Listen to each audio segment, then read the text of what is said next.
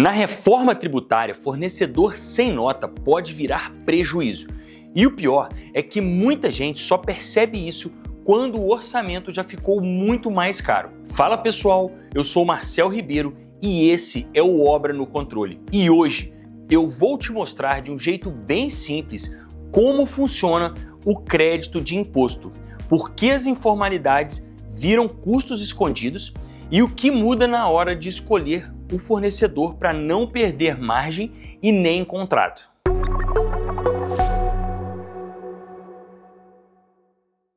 O que é crédito do jeito mais simples e ligação disso com a reforma? Vamos começar pelo conceito, sem complicar. Crédito de imposto é basicamente isso aqui. Quando você compra de alguém que pagou imposto naquela venda, uma parte desse imposto pode virar crédito para você. E aí, quando chega a sua vez de pagar o imposto, você desconta esse crédito. Em um português bem direto, você não paga tudo de novo, do zero, porque você aproveita parte do imposto que já foi pago na cadeia. E por que isso é importante agora? Porque na reforma tributária com o modelo IBS e CBS, a lógica é justamente essa: não cumulatividade com créditos. Ou seja, o sistema passa a funcionar de um jeito em que o crédito vira peça-chave. E é aí que entra um ponto que muda o jogo na construção. Crédito depende de documento e rastreio. Se não tem nota, você não tem como provar e não tem como se creditar. Por que informalidade vira problema? Agora vem a parte que dói no bolso. Quando você compra de um fornecedor informal, aquele que faz do jeitinho, sem nota, você pode até achar que está economizando. Só que você perde uma coisa que vale dinheiro, o crédito. E aí, o raciocínio fica bem claro. Sem nota, sem comprovação. E sem comprovação, sem crédito. E sem crédito, você paga o imposto mais cheio, sem abatimento. O resultado disso, seu custo sobe, sua margem encolhe e o seu orçamento começa a ficar menos competitivo. E é por isso que essa frase é tão real. Sem nota, sem crédito. E sem crédito você vira o mais caro da obra e perde contratos. E muita gente só percebe isso quando começa a comparar o preço com o concorrente e pensa: como ele está conseguindo cobrar menos e ainda fazer a obra? O que muda na escolha de fornecedores? E aí você entende o que muda. Fornecedor que gera crédito vira vantagem competitiva. Não é só fornecedor bom e barato. É fornecedor que, além de entregar, te ajuda a não pagar mais imposto lá na frente. Agora, deixa eu te mostrar isso na prática, com um exemplo bem simples. 2 orçamentos, mesma obra. Imagina 2 empresas disputando o mesmo contrato. A primeira compra materiais e serviços com nota, tudo certinho. Ela vai acumulando créditos e na hora do imposto consegue abater uma parte. Resultado, o custo final dela fica mais leve e ela consegue montar um orçamento mais competitivo, sem precisar matar a sua margem. Já a segunda empresa faz várias compras sem nota e para tentar baratear, só que ela não gera crédito.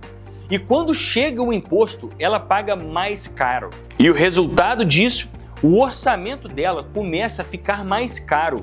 Ou então, ela precisa cortar margem para tentar ser competitiva. E é aqui que a reforma aperta o jogo. O concorrente organizado vai conseguir um preço melhor do que o seu.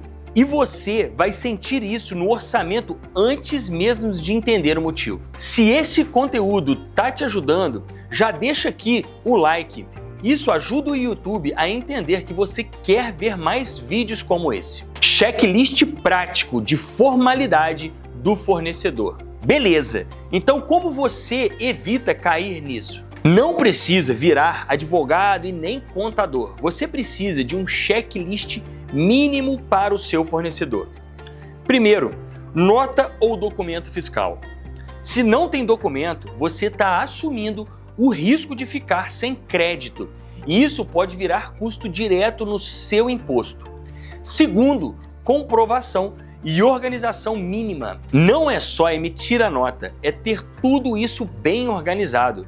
Identificação do fornecedor, serviço ou material bem descrito e o registro bem certinho. Porque crédito depende de rastreio e rastreio depende de organização.